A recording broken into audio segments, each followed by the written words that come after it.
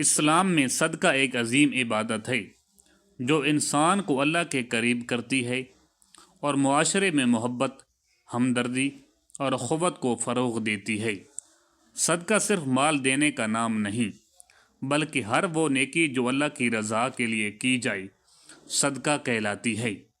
صدقہ کی چند اہم اور مختلف شکلیں درج ذیل ہیں۔ تاجدار کائنات صلی اللہ علیہ وآلہ وسلم نے ارشاد فرمایا،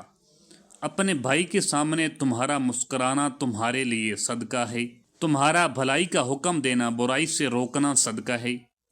بھٹک جانے والی جگہ میں کسی کو راستہ دکھانا صدقہ ہے، پتھر، کانٹا اور ہڈی کو راستے سے ہٹانا صدقہ ہے،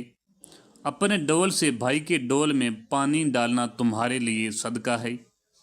ثواب کی نیت سے اپنے اہل و عیال پر خرچ کرنا بھی صدقہ ہے، اچھی بات منہ سے نکالنا بھی ایک صدقہ ہے، ہر قدم جو نماز کے لیے اٹھتا ہے وہ بھی صدقہ ہے، سب سے افضل صدقہ آپس میں صلح کروانا ہے، ہر ملنے والے شخص کو سلام کرنا بھی صدقہ ہے۔